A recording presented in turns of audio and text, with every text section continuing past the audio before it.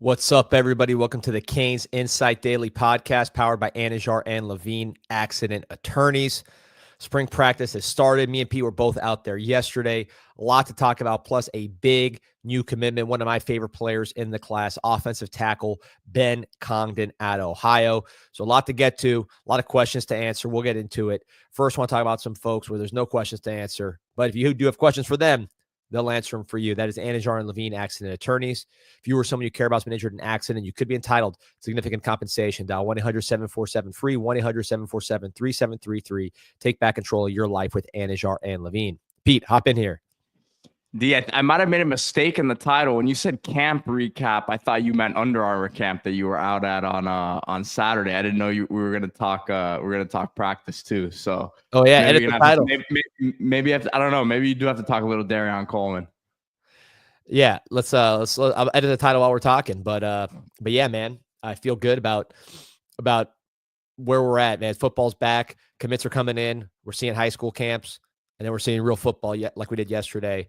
Real-ish football, right, in spring. So it's a nice time to be there when you have lots of stuff to talk about. We had to make up a lot of stuff in February.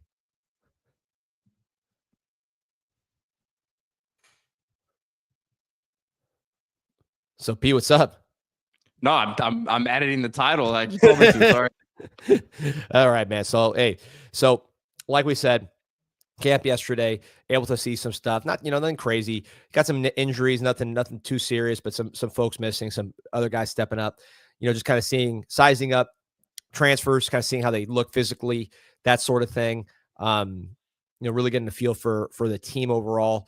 I think you're seeing the result of good high school recruiting. This is a team that's recruited at a much higher level, just by objective, 247 measures, blue chip ratio, things of that nature for the past 3 to 4 years, right? So you look at first year transition class, but you did get some keepers, 3 guys that'll be starting for you this year. Then you look at the 2023 class, which was the first full cycle. You're talking about guys like Francis Mawanoa.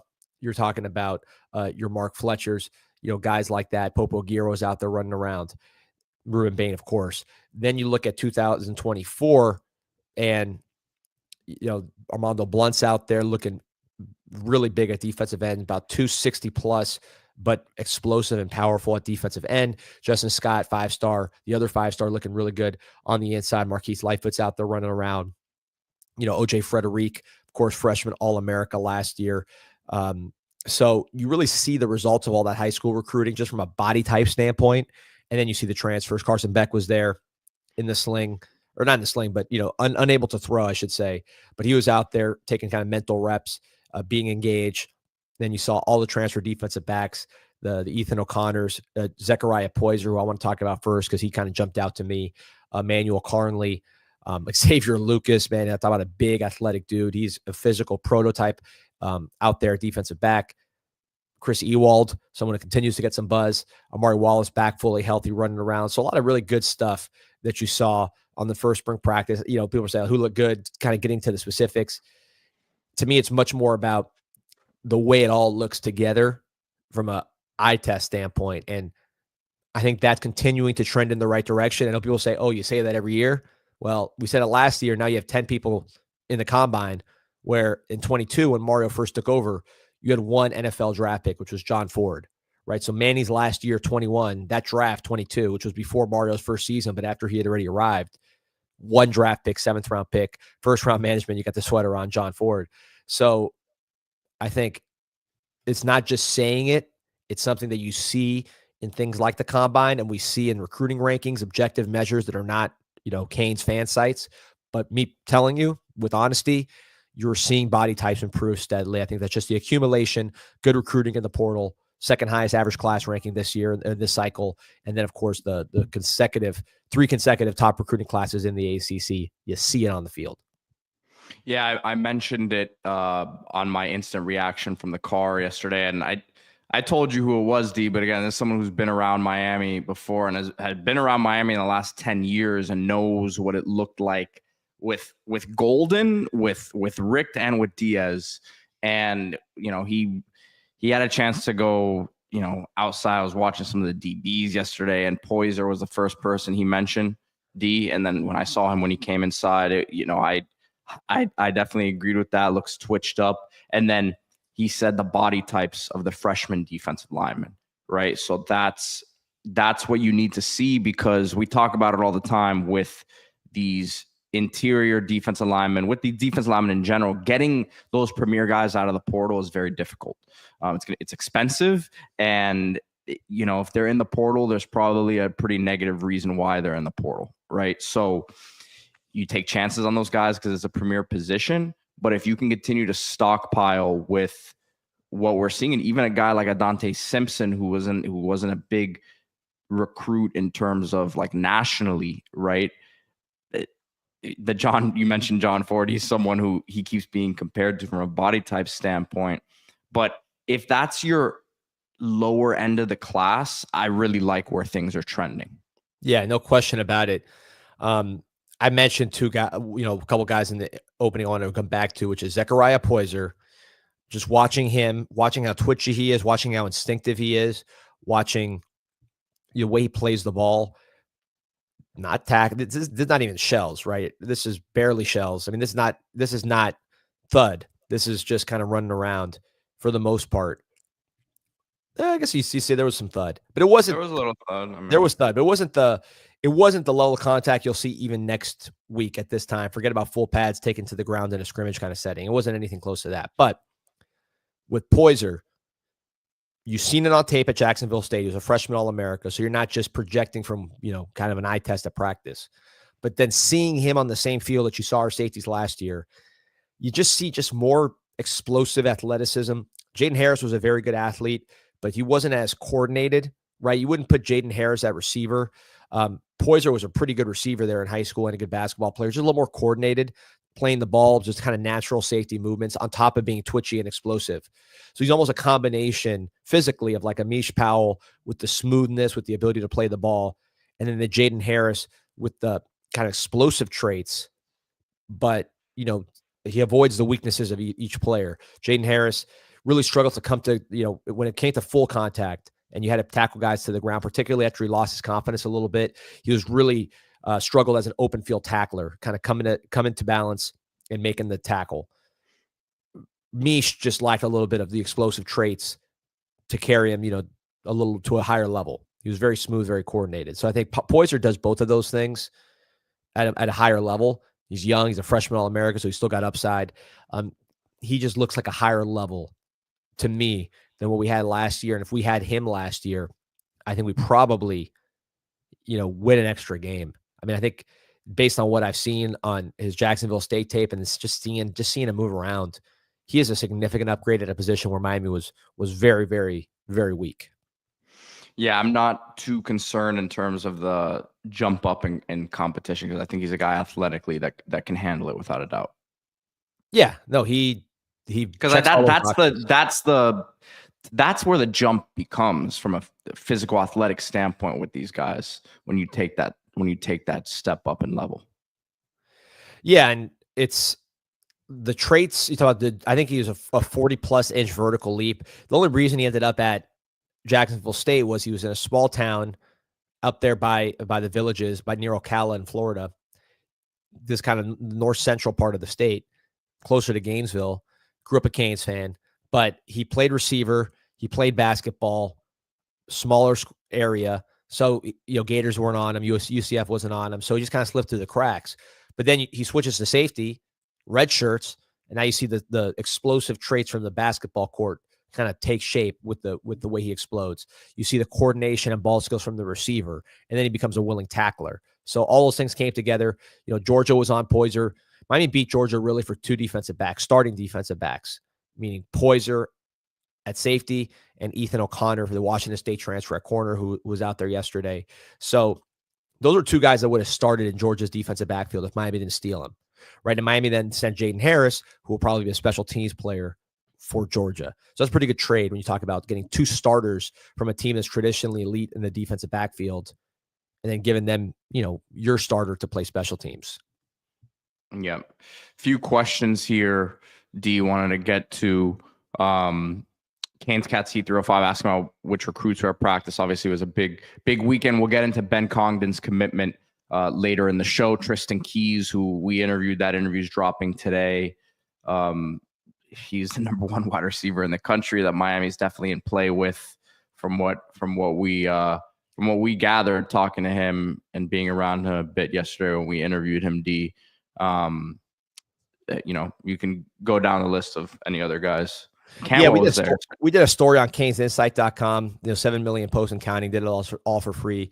I think Sebastian Font did the breakdown. Let me pull up the list here since folks are asking. So was Cantwell there yesterday? No, Jackson Cantwell. No, he'll be later. He'll be later. I think he's next week. But Tristan Keys, okay. number one receiver in the country, number 4 overall player in the class. Might be my number 1 overall player after we talked to him, Pete. Calvin Russell, blue chip wide receiver from Northwestern. He was there. So you had 2 elite receivers in attendance. You had some great 27 and 28 players. Quelly Fielder, Jimmy Callis. In terms of local guys, Jordan Campbell, the top 100 linebacker, 4-star linebacker from Carroll City, really looks the part. He looks like he's locked in. I love Jordan Campbell. I think he's a big-time player.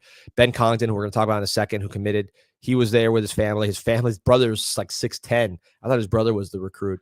Karen Maycock, the linebacker, just committed to Florida State from Central. Miami's going to keep recruiting him. I think we could potentially flip him back. Dorian Barney, Georgia corner.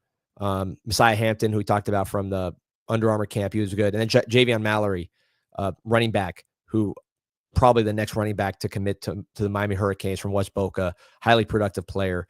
Running back MVP of the Under Armour camp. And he was there. I saw him in person. Good looking kid as far as his size.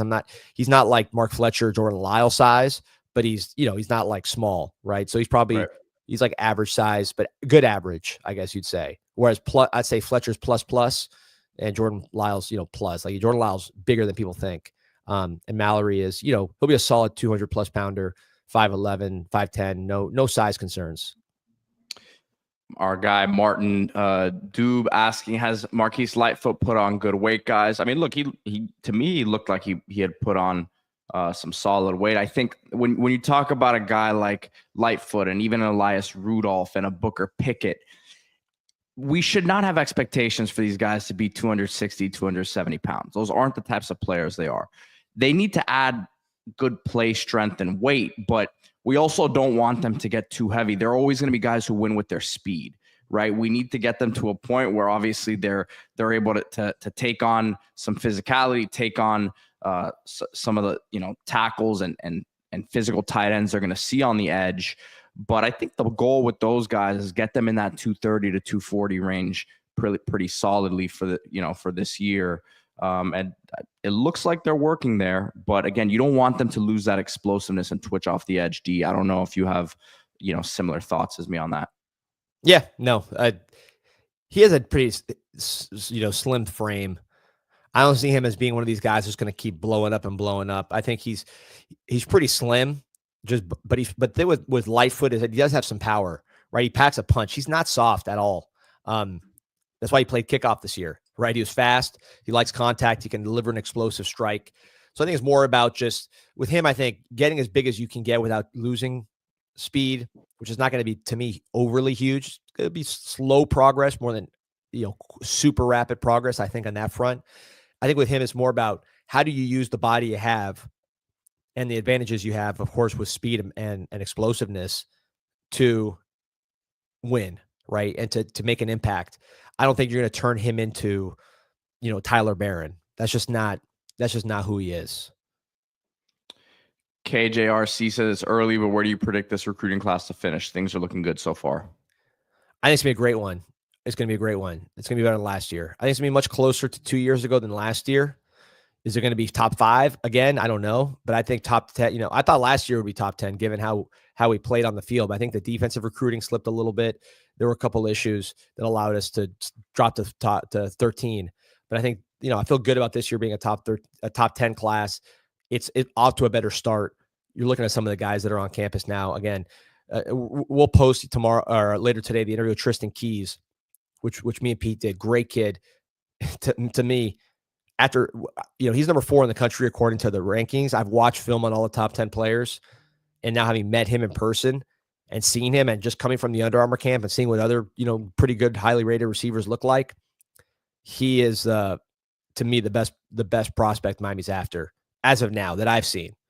Pete, I don't know if you disagree, but he just turned 17. Yeah. The size, the way he carries himself, the film. To me, that's a number one overall type player. Yeah, and just the importance of the position in today's game, and how it has become such a day one impact, change a team completely. Because if Miami's able to land a guy like that, you don't know who the quarterback's going to be a year from now, but significantly changes your offense. I think I wish he could play for Miami this year, right? Like that's what we were saying. And seeing him physically, I think he could handle it. So, that's what I would say on that. SP1 here are asking, are there any freshmen who could start day one? I mean, listen, I think any other year, maybe SJ Alafatuli, based on the reviews he's getting, could start at center with the athleticism and power he has brought right off the bat, and he's picking up things very quickly from what I understand, which for a center it would be the biggest roadblock there. Hayden Lowe, from a physical standpoint, obviously he's got some guys in front of him there that are a bit more established and maybe have been here. So, but from physical standpoint, can play this year and could start, I think. Not saying it's going to happen, but yeah, those would be two that jump out at me.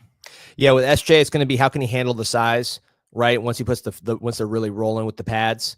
I think that's what everybody's watching, because you don't know right until you see it, because he's going to be undersized. Going to use his leverage and weight room strength and athleticism to make up for that gap. It's hard to say until you see it, so that's something to watch there. I'll tell you, the freshman that's getting the most hype. Well, so day one I think is tough. Receiver is all three of those guys have been having their moments, really looking good as far as Moore, Tony, and Upshaw. Upshaw's lankier than I thought. His body type's better than I thought it was. I really like him. I said all year he was, to me, the most underrated player in the class. So far so good with all three of those guys. Pringle's going to be in the rotation. Obviously, Lyle and Fletcher are the starters, but you never know what could happen. I hope day one we're not looking at any of these guys, but these are guys that could start, I think, over the course of the year if things just fall a certain way. Hayden Lowe is probably the most talented player in the class, the most ready to play. He has some good guys in front of him, but as far as the best talent, he's the highest rated player. He's the biggest player. He plays hard. He is explosive. So I think he's certainly someone you look at as far as a day one type guy. But the guy that's getting a lot of buzz relative to the buzz he got from the public is Chris Ewald, the 4-star that Miami beat Georgia for from Chaminade. I think he's a lot better than people expected. You're hearing some OJ Frederick comparisons. Not saying he's going to be that like a freshman All-America, but you hear people around the building say, he's kind of showing you some of those things from just a, workout coverage, smart type of deal. So we'll see. Is he going to tackle when you put the pads on? That's a big challenge. Is he going to be able to sustain?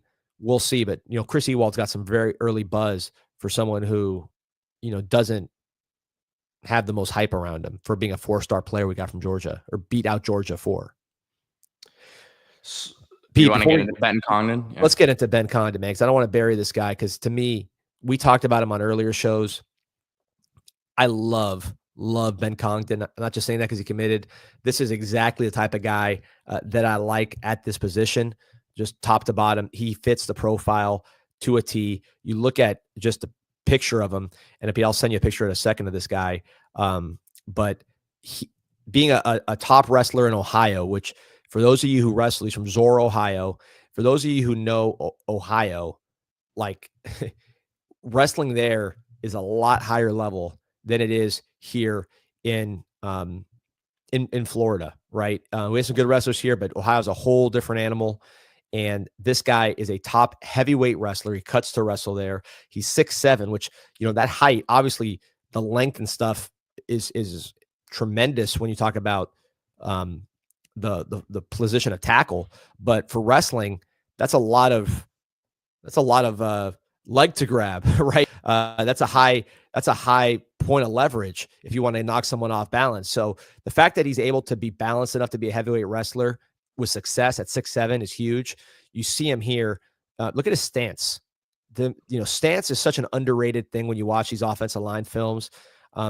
Literally before they even move, just looking at their stance, you can tell a lot. And that's not just me talking. I mean, you hear offensive linemen, you hear Mirabal say that all the time. This guy's stance for being 6'7" is picture perfect.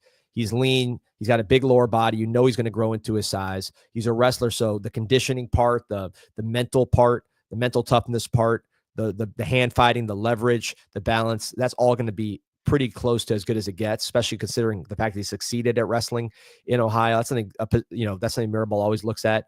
Then you see him on defense. So a lot of times you want to see guys on defense performing. You see him, look at him run down this play, man. This guy's a 6'7", going to be a 300-pound offensive tackle, and he's out here running and making hits. I mean, this is just every box you want checked on and a future NFL offensive lineman, whether it's frame, growth potential, flexibility, two-way athleticism, ability to brawl in short area, two-sport ability. I see him on defense here, yeah. What I'm saying, that's usually a good tell when you play defense and offense because it shows your athleticism and mean streak. So he has that plus the other sport of the wrestling and then the frame. And again, he's just going to continue to gain size. He's from Northeast Ohio, kind of small town area.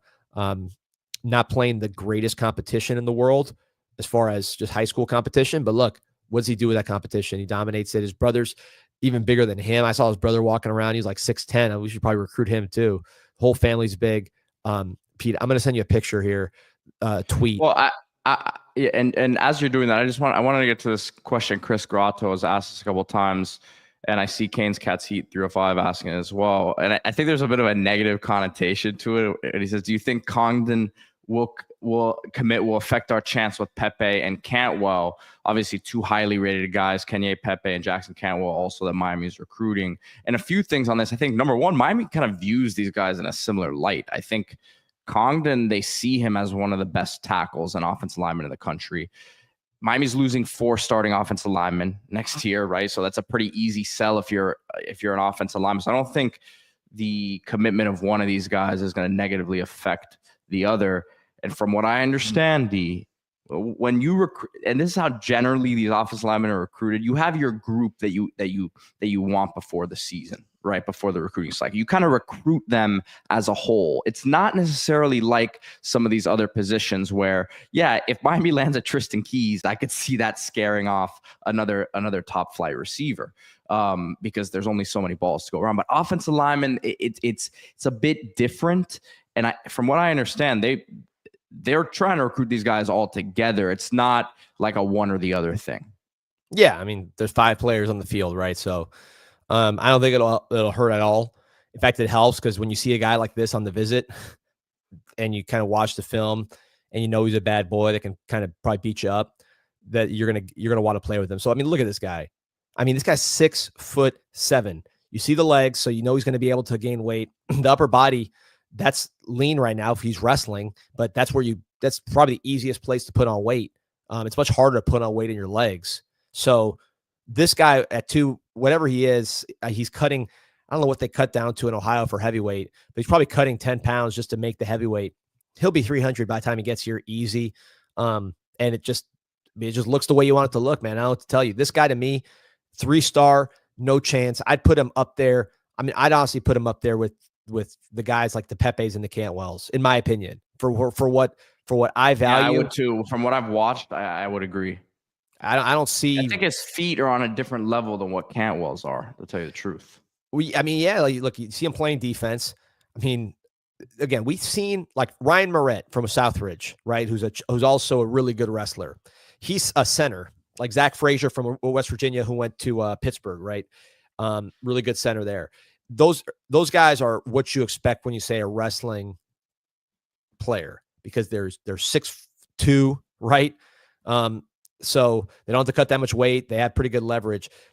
The guys this size are not wrestlers, man. One guy I could think of that was this size that wrestled was Davin Joseph, who went to Oklahoma. I remember watching. I was wrestling at the time. I saw him at a meet in Hallandale. That guy was all muscle. The guy was a monster. But even he was not 6'7". He was probably like 6'4", 6'5".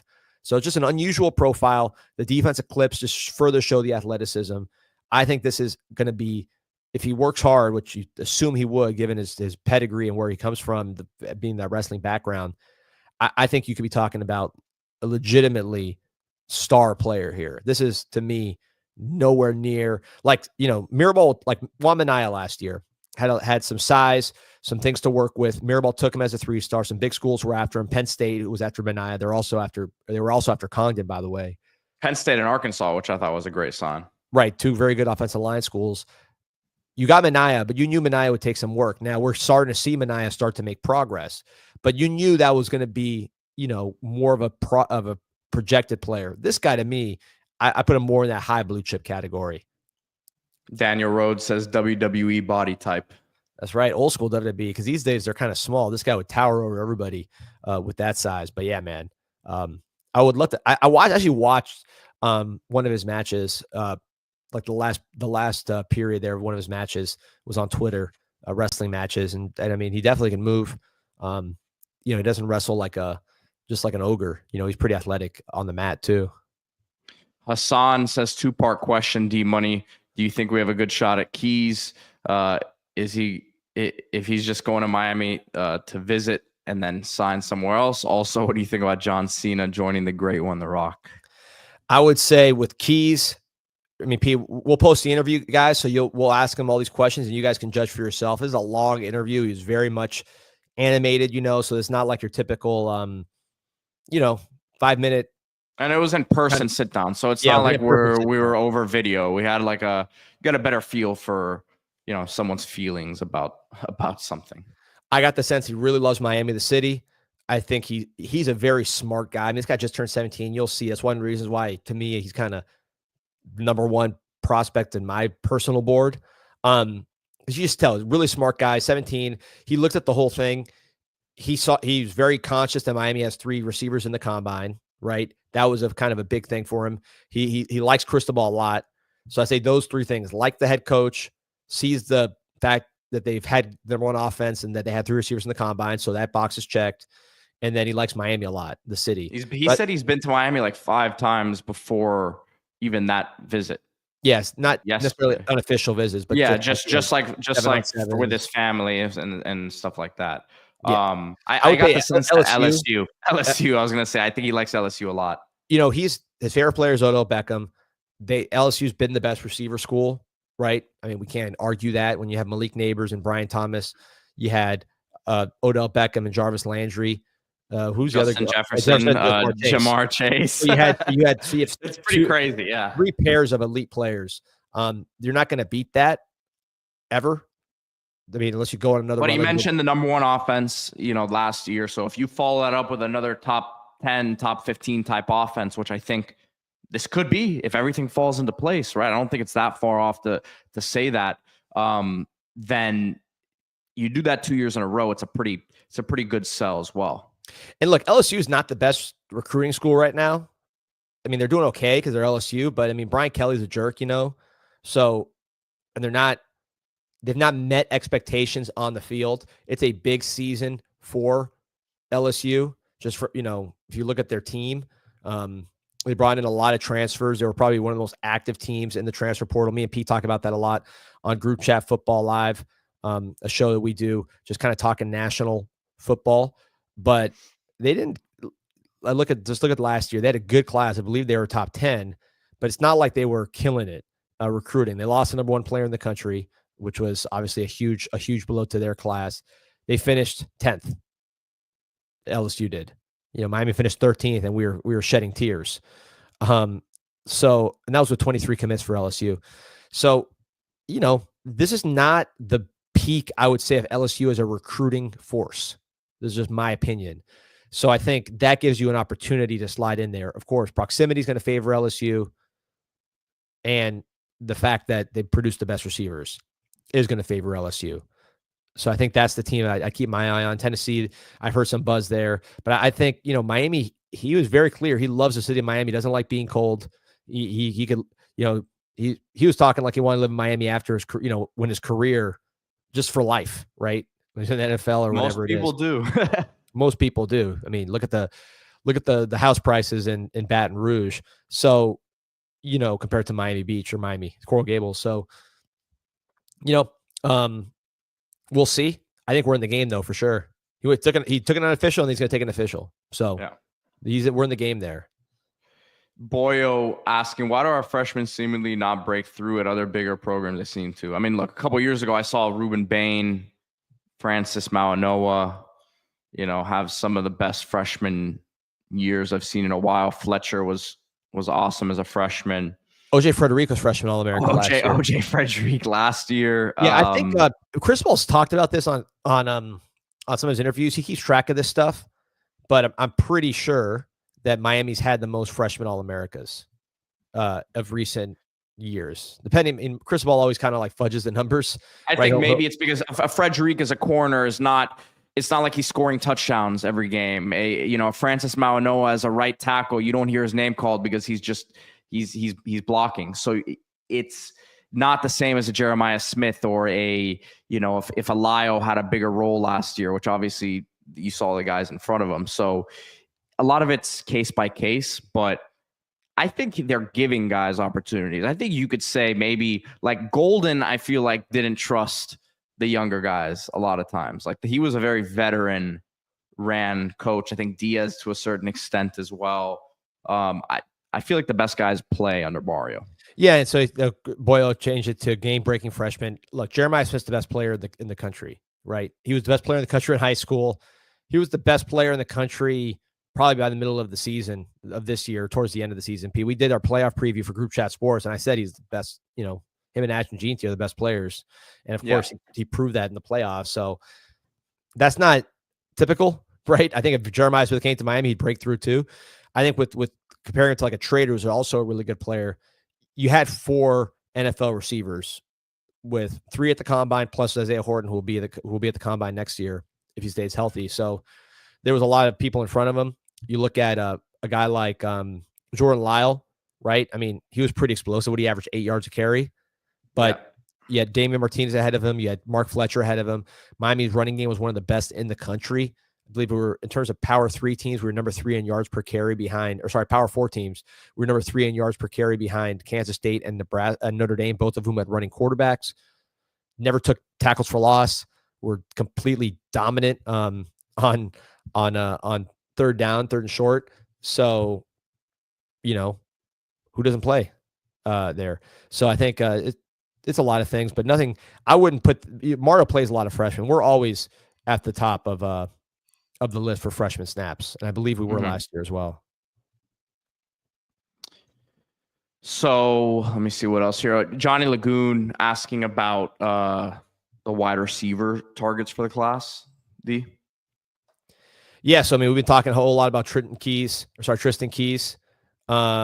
you try to do the Trenton Breeze Trenton right Breeze, there. He's throwing me off. Yeah, we talked a lot about Tristan Keys. He's legit as can be. So, that's the best player in the country as far as I've seen. He's going to take another official visit. Calvin Russell was there yesterday for an unofficial visit. Of course, he's going to take a official visit at some point. Syracuse competition there. I think Jay Luca is going to speed up with some of these 2-sport athletes. You also look at Jason Lopez, the 2-sport athlete from Chaminade, one of the best basketball players and best football players in South Florida.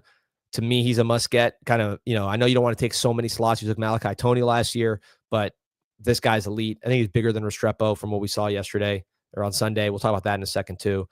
But to me, those 3 really stand out. There's some other guys. Let me just pull up the bank. We've reported on some other top targets for the Canes, but those 3 to me stand out amongst the pack. For my personal Johnny Lagoon says, okay, so I nailed it. Let's now Johnny Lagoon. I know Johnny Lagoon loves nothing more than Islas Canarias Croquetas, and we got 7 of them, 7 different varieties at Islas Canarias Express in the Dadeland Dining Pavilion. This is the #1 Cuban restaurant on the planet. It is out west by FIU, by where I went to high school, Belen Jesuit, but not everybody could go that far out. So now they've moved a location to the Dadeland Pavilion right in the center of town, right on the metro stop, and you can get the absolute best Cuban food in the world at Islas Canarias Cuban Express. You got most of the menu there. I mean, all kinds of pig, all kinds of steak, all kinds of croquetas, the crema malanga, which is a nice Cuban treat that they have there. Nice salty, savory dish that's pretty unique. You got the traditional stuff. Then you got cubaritos, which are kind of like a Cuban burrito mix. This is a new type of thing with traditional flavors. If you don't eat meat, you got jackfruit for everything. But of course, they got all kinds of meat. And the steak will fill you up for 4 days, as Mike Ryan has attested. We'll do the show with him tomorrow. And Johnny LeCun, shout out to the kimchi pork. Eileen Andrade, the young superstar chef from the family that owns Islas Canarias, the Andrade family. She took a trip to Korea and came back and fused some Korean stuff into her dishes. So you get some of that in the Islas Canarias menu as well. Pretty unique style. So you got the traditional to the adventurous, everything there at the dining pavilion in Dayland Mall. So Pete, let's start with the camp here. So real quick, Hassan asking if we still think Miami grabs a receiver in the spring portal. I think receiver and linebacker, and maybe somewhere else, maybe a running back, but I think receiver and linebacker for sure. Yeah, I think you would see one receiver at least of the high end variety, the veteran variety. I would not be shocked. The high end variety, heavy emphasis on that. Yeah, I would not be shocked to see two. Okay, but Trader had a really good day yesterday. Malachi Tony continues to flash. Really, all the freshmen continue to flash. Night Cars can do some things. So we'll see how those guys all develop. But I mean, you lost 4 receivers, so I don't think you want to take a step back at that position. Yeah, Canes versus running back just because of the numbers. I agree. Yeah, I think that's right. Unless there's like some freak situation where a high end one just becomes hard to turn down. I think it's going to be just more of a depth guy with maybe some upside. So you want to talk about the camp from the other day, D? Yeah, let's talk about the Under Armour camp, something that I go to every year. Really, to me, I love this camp because you see everybody at one place, standardized setting, everybody wearing the same clothes, everybody doing the same drills, all the best of the best locally. So if you stand out there, you really stand out, right? It's not like you're just watching someone play in one game here, then you're watching another game against different competition here, different schemes. It's all the same thing, all the same coaching, all the same drills. So that's why I like the Under Armour camp. It should be easy to spot the ones. And I thought, quite honestly, it was pretty easy to spot the guys the Canes are after. South Florida has not been, to me, as elite as it's been in the past. I think this year's a better year in terms of the high-end guys. We'll see across the board how it looks. There's some good players. I would say the guy that's stood out just from a eye test standpoint, the second you walk onto the field, was Derek Cooper, right? He was listed at 6'1", 209, ran a 4.49. He recently ran, I want to say, a 10.7 on the track. So he has elite speed for that position. But I thought really the takeaway, from him was just the size. The size is stands out. He's listed at 6'1", 209 or 208. I guess is what he measured at. But I think with some weight on him, you're talking about 220. Maybe even 6'2", closer to 6'2". Not the most fluid pass catcher in the world, as far as I don't think he's like a Le'Veon Bell or like a just a super dual threat kind of guy, McCaffrey, right? But he can get down the field with his speed. Javian Mallory from West Boca, 4-star player, I think is going to commit to Miami probably pretty soon here. He's not as physically impressive as Cooper, but very, very smooth, very coordinated, really caught the ball well for a guy that ran the ball prolifically in high school. He was the running back MVP. I think he's kind of surprised people with just a complete skill set. Darion Coleman, I should mention, the quarterback MVP from Miami, the Miami commit. He's got a little bigger. He whips the ball around. He's got such a unique delivery. He's got big hands, kind of long arms. Not the biggest guy, about 6 foot, 6'1", if he's grown, which he seems like he's grown a little bit. I'm curious what the official measurements are, but he just grabs the ball and just whips it all over the field. Very just kind of, not a lot of body in his delivery. It's just very much upper body, just kind of all the way over the place. Can change speeds, although really he's best throwing the fastball. Very good downfield thrower as well. When they gave him the award for the quarterback MVP, the person who I think it was, what's his name, Craig Staubert. I gotta look up Craig Halbert. Yeah, he said that Coleman kind of got into it with his quarterback coach for a second, but he got over it and then he won the MVP. Kind of saying that he kind of has a little edge to him, which I like. I think Cam Ward's like that too. and I've heard Coleman's like Cam Ward personality wise, that he's not afraid to grab a receiver and say, you're not getting the ball, so he beat out, as someone mentioned in the comments here, Johnny Lagoon, he beat out Dia Bell for MVP. Dia Bell is the top 100 player for American Heritage, committed to Texas. Rajah Bell, the former NBA player's son, I thought he looked good. I think he could have honestly won MVP too. He had an ankle injury, still not fully recovered, was kind of limping around a bit, but let's say 90%. But he's very clean, traditional quarterback, drop back, throws with anticipation, smooth fundamentals, just kind of a well-rounded, solid pocket passing prospect is Dia Bell for my money. A receiver, Jason Lopez, to me, was the best receiver. The Chaminade kid I talked about earlier, he was killing everybody with his routes. For a guy that averages 25 points as on the basketball court and as a guard throwing down dunks in the half court, he's very, very polished as a route runner, hands catcher. So he has that plus the athletic stuff. He was able to get down. I did a show on him a few weeks ago. I think it was just me, and that's what I was saying. I pulled up his basketball stuff, and he's obviously a great athlete, but on the basketball court, he's very crafty. He's doing a lot of stuff footwork wise to get past people in the lane, where like that stuff translates in terms of the route running, and you see the craftiness take shape on the field as well. I think his skill set, to me, that's a take all day. Oh, I would say he's a priority take for my money.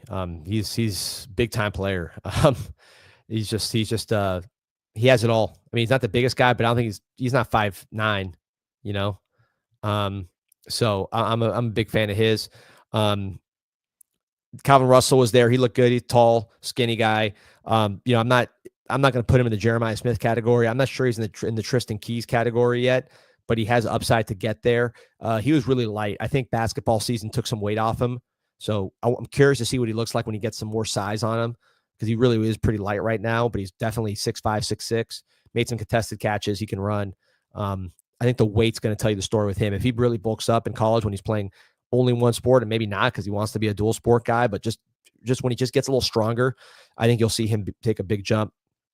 Jay Cruel, the edge from IMG, was the best pass rusher by far, pretty much killed everybody. He's built more like a linebacker. He's like 6'2", probably 220. Right. And I don't think he's got the frame to put on too much more weight.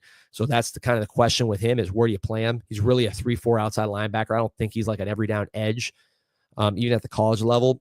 So that's the question with him. But pass rush wise, he's big time. Quickness, lateral quickness, all the moves. He has all that stuff.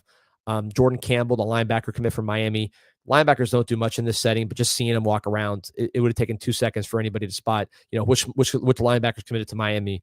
I'm pretty sure everybody would have pointed to Campbell. Some young guys that look good on the lines. Jamar Thompson from West Boca, 27 defensive tackle, wide upper body, powerful, was knocking guys back all day. Liked what I saw from him. Mark Matthews from 2027. I think he just turned 15. He's a 6'6", lanky frame, but you can tell he's going to gain weight. Really athletic and bend. He'll develop into a tackle and probably be a highly ranked kid next year. And then two guys, a receiver that caught my attention that were the kind of 3-star type unranked players. Callerby Hermain from MacArthur via Western, and Kyle Andrews, who is a West Boca kid, who's, Hermain's more long, twitchy, raw, upside guy. Kyle Andrews, classic slot, quick playmaker. So those are some of my thoughts from the Under Armour camp. Overall, better than last year, but it's not the best I've seen. Defensive line, I think, is down. Something completely kind of off topic that just came across my timeline. It's basketball related. And it just, because I've seen a lot of stuff here about Jay Lucas, who's going to be Miami's next coach, is first reported by us on Kane's Inside, and some people being disappointed that he was the choice because he didn't have, head coaching experience. Jeff Goodman just dropped the list of the candidates in the mix for Florida State. You ready for these names? Let's hear them. Celtics assistant Sam Cassell, Kings assistant Luke Lux, UAB coach Andy Kennedy, who's been at Ole Miss and I don't think was very successful there, Arkansas State coach Brian Hodgson, Samford coach Bucky McMillan, and Duke assistant Chris Carrawell. I'm sorry, I would have taken Jay Lucas if those were Miami's choices. Well, Jay Lucas definitely ahead on kind of the Duke assistant pecking order, right? Sam Cassell went to Florida State. I remember watching him. Yeah. in high school, in college, and then as a rookie making a lot of plays for the Rockets. That might not be a bad hire. I haven't followed his coaching path, but I've seen him on NBA benches for sure. Yep, I think that's going to be interesting. Birdstone Light Body says, smash that like button. It's free. Kane's Inside Villains. What's up? Shout out to the Villains. Shout out to Footballville, Streeter, all the guys out there. We got to get them. We got to get Streeter back on. He was great when we had him. Let me text him. I got to go on there too. All right. So Brandon's saying, speaking of Boca, we talked about the running back. We just got a crystal ball for. I just talked about him. That's Mallory, the running back MVP of Under Armour. Again, I would say average size, but I don't mean that like it sounds negative, but it's not. I mean like solid average every down back size. He's going to be he's not a complimentary back body wise. He can be an every down back at the college level and at the pro level too. He's average, let's say average pro size type frame. Maybe, yeah, I would say that. Probably 5'11", he'll be 200 plus. Super coordinated and smooth as a pass catcher. I don't think he's going to be like a weapon there because he's not like super dynamic, but he'll catch the ball with his hands. He'll sink his hips and run routes, and he'll look good doing all that stuff. But really, it's the running with him. He's a very productive runner. You watch him at West Boca. He was turning up 10 yards a carry, I think, the last couple of years. Was injured this past year, but still played and gutted through and still made some plays. His sophomore film is really the best one. I would say he's probably the second back in the class. If you get him, you're probably going to get a higher rated guy as the first back. Again, you don't know until they compete who the real number one back is. But as far as like rating, I think he'll probably be the second highest rated back in the class. But he's a 4-star player, highly productive, local. I think he'll be solid. Remind me, I got a Jaden Brito. Yeah, this guy right here, Trey Kendrick says, don't sleep on Jaden Brito, a DB from West Boca. I don't know how to pronounce his last name. That guy was good. I put him in my notepad. You know, the funny thing about these camps is they were in numbers, and you have a roster, but it's not as easy to check. So I usually just write down the numbers and check later, which is helpful because you want the guys you write notes on to match the guys that are getting recruited. And with this kid, the West Boca defensive back, he passed the test. He was very, very talented. Kane's Cat C305 asking how his health is. I mean, I think you had said something about him getting to an he's fine before. I think he's fine. I got to tell you something after the show, D. Little inside knowledge, but we'll talk about it after the show. We'll little teaser there for the fans, but maybe something coming with him. We'll see. All right, I hope it's good. But with Mallory, he just missed time last year in high school, but he came back at the end of the year and played. He was a little banged up. So I think he's fine now. I mean, I saw him at the camp and he looked totally fine. He won MVP. Yep. All right. Anything else? Well, listen, man, we're going to be bringing that spring coverage. You know, I'll be out there tomorrow with Pete. Every single day we're going to be out there. They do have camp. We got Tristan Keys dropping today. I think. What time we thinking on that one? Maybe later tonight. Hopefully sometime now or by noon. I would like to get that out. So that is going to be unbelievable. Strongly recommend you watch it. And we're just going to be taking it to another level. It's different. It's different than a lot of the stuff we've done, guys. This is a little bit more, it's sit down interview. It's not just straight recruiting stuff, but we do talk a lot about Miami and his trip and upcoming visits as well. So yeah, so you'll see a lot more coming from us in the future. Like and subscribe. You know, shout out to canesconnection.com/CIS. Pull up the link so people can see it. You know, you want to get Tristan Keys, like we all want to get Tristan Keys. You're recruiting against LSU, you're recruiting against Ole Miss, you're recruiting against Tennessee. You know the deal. You have to pay up. You got to pay to play. canesconnection.com/CIS. You sign up to this. We're working on some things. You'll find out pretty soon. But if you use this link, this canesconnection.com/CIS link, you're going to get access to a ton of new content that you're not going to get anywhere else besides by signing up with that link as a Canes Insight /Canes Connection member. So use this link. You are going to be very, very happy if you did. Plus, you're doing something for the team. You're spending your money on improving the roster. 10 players at the Combine this year. That doesn't happen without Canes Connection. So sign up canesconnection.com/CIS. And then you want your gear. Keep it in the family. Talk about keeping it in the family, helping out the team. Miami Hurricane Team Store, MiamiHTS.com, the official retail provider of the Miami Hurricanes and Miami Hurricanes athletics. You go there, this is money that's going to the school. So you're getting the freshest, most authentic, legit gear, and you're also supporting the program. There you see all the different styles. Use promo code INSIGHT20. You got 20% off your first item. You could use that online, INSIGHT20, or you can go to the store in person right next to the Thesis Hotel in front of the University of Miami. Say INSIGHT20. You get that 20% off. Shout out to Harry and Jeremy. Absolutely. Great customer service. Maybe you stop by tomorrow when you go to see the Canes take on Villanova. I'll be there tomorrow. Can't go today because I got baseball practice to Miami versus FIU. Had a question from Brandon. Have you guys done a baseball recap show after the UF series? We're going to probably do something after the 2 midweeks, and we'll just recap everything. Maybe we'll bring my boy Javi Salas on. The streets miss him. All right. Remember to hit that like button and subscribe to the channel, Canes fans. We will see you guys tomorrow. Actually, we'll see you guys later today with our Tristan Keys interview. So whoa, look at that. What are you doing there, D? What are those effects? I don't know. I didn't do that. Did you do that? I didn't do anything, man. Sign. I don't know, man. You trailed. Look there. It triggers something, man. You got some voodoo going on over there, man. Wait, hold on. Let's try it again. I don't know, man. I don't know what's going on over there at the Miami Beach studios. We're celebrating. All right, Canes fans. Appreciate you all for tuning in. Thank you. Go Canes.